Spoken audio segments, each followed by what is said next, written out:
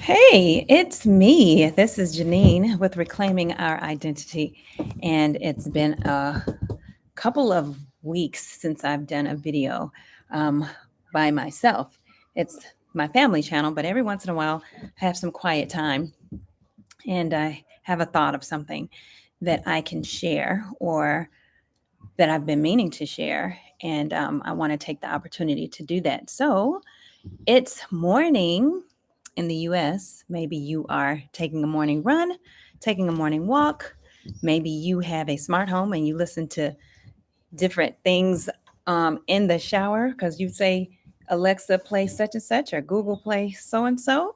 And if you've got your notification set to know when Reclaiming Our Identity is streaming something, then you might be hearing me. So, good morning. I'm going to talk about what emotional wellness looks like for me in this transition. Moving abroad is a very big step, especially when you're not single and you're bringing your family. So there have been lots of different emotional suppressions, volcanoes, waterfalls, well springs, and some just still and quiet moments that I have had to reflect on. So it's really nice outside after a rain. And I feel like, rain is so cleansing and talking can be as well, can be really therapeutic to talk things out.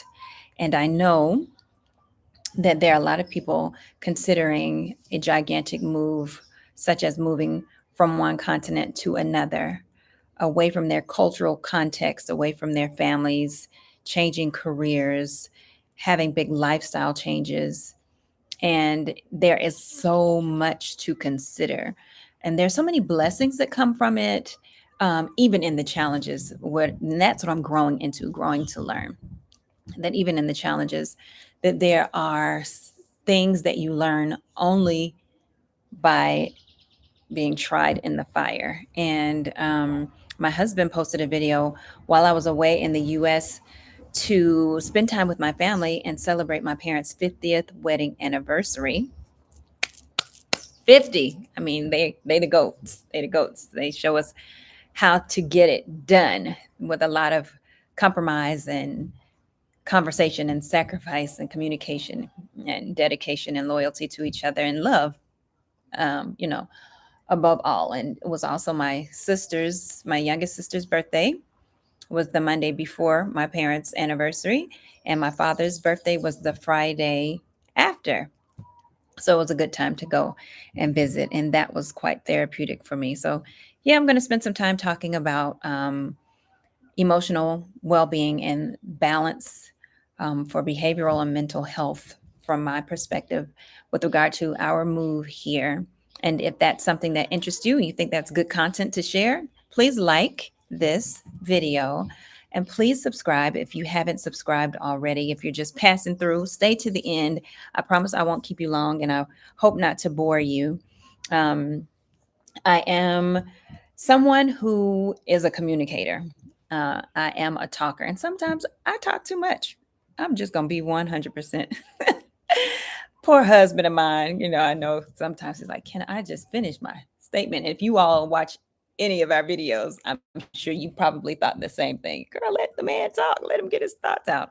I have a lot to say, y'all, but I know not all of it is uh, edifying or extraordinarily valuable. Sometimes I just talk. So I'm trying to give people a little time to get in, come on in the room. I know that it is early and it is Tuesday morning, the 4th of, yeah, April. So, everybody might be busy. Um, so I will start with this. Several weeks after we moved here, I felt like I was depressed um, because I had a hard time motivating myself to get out of bed and get the day going after getting the children out of the house for school. So my husband and I get up and we do the morning routine with the things that need to be done to prepare our family for school, and to have breakfast, and to get dressed, and to get out of the house on time for school. And I always do that routine. I got that mommy routine down pat, and the children would never know that anything was wrong. But after they left, I'd get back in the bed, and sometimes I would not get back out, um, because I literally couldn't physically. I would lay in the bed telling myself, get up, you need to do XYZ. You're not here free. This is not vacation. My husband would remind me, you still feel like this is vacation, huh? To a certain extent, there are a lot of days when I wish it were just that, because either we were having a hard time finding the house in our price range in the area that we wanted to live in, with regard to proximity for schools, or noise, or being able to have a garden for our son, or we couldn't find a car within the price range that we were looking for, or we get let down appointment to appointment, or different avenues that we tried to create, initiate, or take advantage of for other sources of income were not panning out. And it was like, what is going on? You know, it doesn't seem like anything we are attempting to do is working. And it was very sad. And then there were days when I was really lonely, and um, with my family here, of course, my husband and my children, but I didn't have the sisterhood of my friends and my literal sisters, and that camaraderie from my peers. And that can take a toll. I think we're created to be in community. So, and I'm a social person. It's who I am. And not having that affected me. And I would feel guilty. I would feel like I was ungrateful for this opportunity. There's so many people who are in the US dealing with injustice, and the negative effects of white privilege, and a system that is set up to make it more challenging and difficult for us to succeed, or living in fear that they're going to have a brutal police encounter, or you know they don't want to be there. They'd rather be here, and here I am, and I'm feeling down. So I would feel guilty about that sometimes. And of course, because I come from a very close knit family, another thing was just missing my parents, and not being able to be there with them, and helping them, and supporting them with different health challenges that will come up every once in a while. My parents, by God's grace, are very healthy overall for their age. They're over 70. And things here and there would come up, and I am the medical professional in our family. Of my three sisters, of the three girls and my two brothers, I'm the one in the healthcare field, and that would affect me and take its toll as well. um, and so, like I said, there were days when I just couldn't get out of bed, and my husband would ask me what's going on, and I try to explain it to him, and he's like, I know, but we got to push through. I'm not motivated either. I'm feeling down too. I'm frustrated as well. I'm disappointed also. I'm sad too. But I mean, we got to make some money. We both teach online. We teach English as English tutors, native English speakers, on two different platforms. And you have to get on and teach in order to get the income. And if you are not logging in, you're not making any money. You're not teaching. So, he would tell me that. I'm like, I know that. Cognitively, obviously, I'm aware, but I just could not pull myself through. And that let me know that, okay, this isn't good. And it would come in waves. There would be times when that would last for 2 days. And then I'm okay.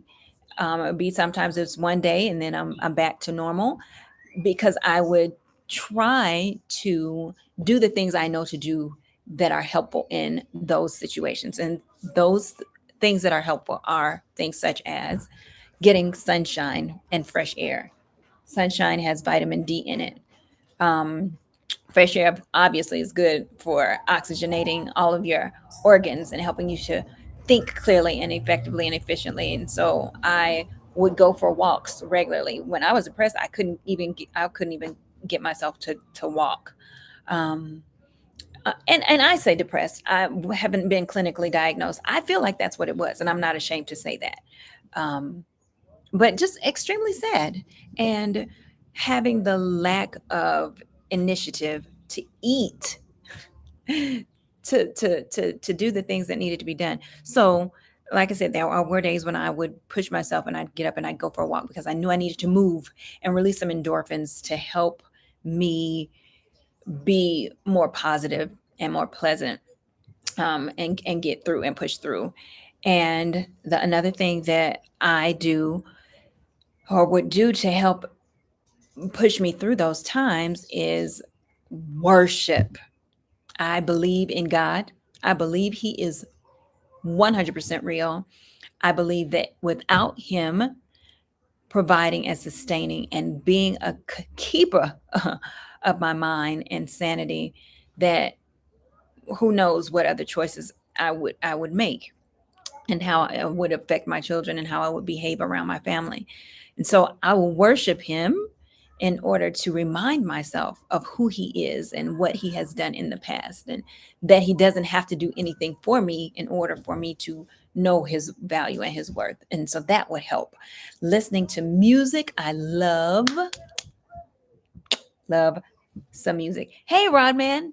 Hey, I'm just talking about what pushes me through when I feel down and I'm not emotionally well, and the toll that moving from one continent to another, away from all of everything, all your support and all your family and all your friends and all your favorite foods and all your different activities and hobbies and interests, because I didn't bring my soul, the effect of that. And so I was saying that I am a worshiper and I love music. And and the hymns would come to mind, like, fill my cup, Lord. You know those hymns? I lift it up, Lord. Come and quench this thirsting of my soul. Bread from heaven, feed me till I want no more. Because I'd be hungry. I'd be thirsty for my friends and my family, and just joy. Fill my cup, fill it up and make me whole. Sing songs like that. I went to HBCU with some great choirs, dynamic praise. There's a church, Madison Mission, that has a Madison Mission Mass Choir. My friend Tamara Bodie, who belts out this amazing song, written by a friend Damian Chandler. And those would lift me up. I sang with the Oakwood College Aeolians, and there's a song they sing, come thou fount of every blessing, tune my heart to sing thy praise. Sometimes we are out of key. We are not in tune. We can't sing His praise because we're just feeling, woe is me. This is dark. This is heavy. When am I going to get through? Where's the light at the end of the tunnel? Come thou fount of every blessing. It's still going to flow. We just got to recognize it. And so those songs get me through those moments. Trust Him, trust and obey, only trust Him. Richard Smallwood, Todd Delaney. Let me tell y'all, straight up mega church worship all by myself up in this piece. Oh, thank you. Thanks. Because I know that's what I need to push through. And sometimes walls grew with my girls dancing in the kitchen, cooking, making pancakes, and getting my praise on with some Lecrae with my 45-year-old self, because that's what my daughter likes to listen to, depending on the song. Because sometimes I'm like, okay, turn that one, skip that one, go to the next one, child. I can't handle all of that. But it's also a very normal thing for us. It was a sense of normalcy, because when we're in the States, that's what we would do. Cook in the evening with music on, cook on Sunday mornings. The girls get to choose the playlist, whatever they want to listen to. And it's upbeat stuff. I'm looking for a miracle. Come on, Clark sisters. You know what Clark sisters now, you can't go wrong. But then sometimes it's got to be Whitney Houston. Sometimes it's got to be a little Stevie Wonder, some Michael Jackson. I mean, to just encourage you and lift the spirits. And so you tap into those things that give you joy. When you move abroad, make sure that you don't put aside the stuff you used to do that makes you happy. You see, everybody would leave the room. Uh-oh. So that sounds like a weapon, like a tool you might need to use sometimes. Like if you want some peace and you want to be by yourself, you might just need to start singing. I'm just saying that there's a tip for you. You can use that. You can tell them that I said that that's your secret weapon. You just wanted to, like, Daddy, why you start singing? Because I wanted y'all to leave. But yes, there are going to be hard days. There are going to be difficult times for some of us. Now, not everybody has the same challenges when they move abroad, but this is for those of you who are concerned that you might, those of you who have been there, those of you who understand what I'm talking about and what I'm going through. And dealing with some of the culture shock, communication barriers where you're like, I'm telling them what I need and what I want, but they're not understanding, or I didn't get it and I expected it and I paid for it. And oh my goodness. Or, I want to go out and I want to have this kind of experience. And I just kind of want to go to this kind of place with this type of setting. And because that's what calms me or that's what I enjoy. And that's not available, or it closes early because it's a small city in a small country. And you're not going to have all of the comforts of home and things that you were accustomed to. And that's okay. Just have to learn how to adjust and what you need to do to pull through.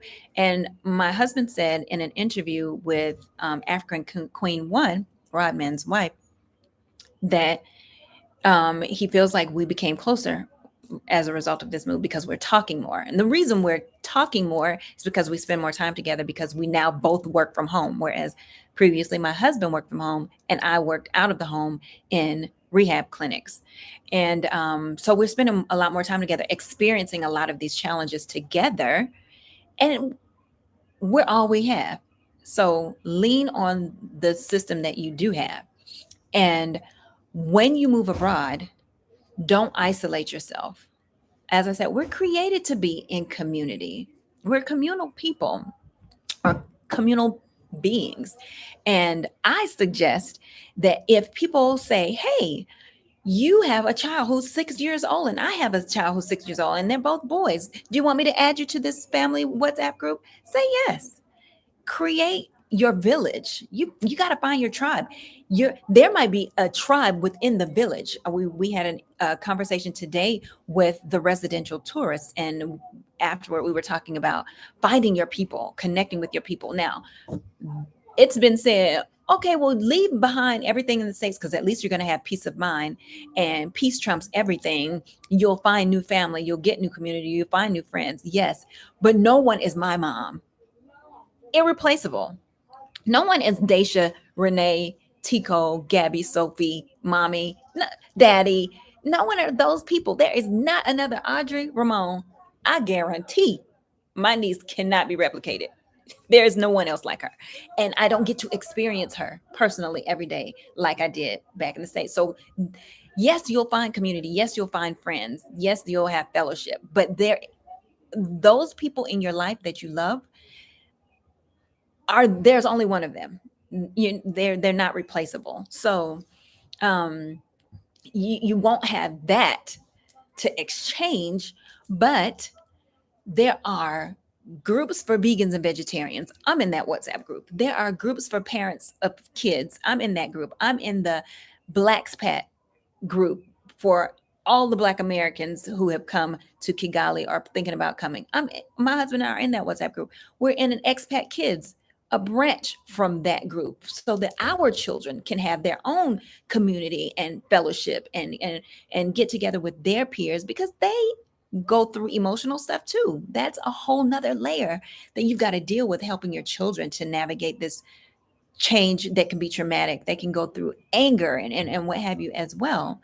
So what you better do is not deny yourself the opportunity to connect with other people. And I'm not just talking about for networking and business opportunities. I'm talking about community, people that you can relate to, people who understand where you're coming from and what you're missing.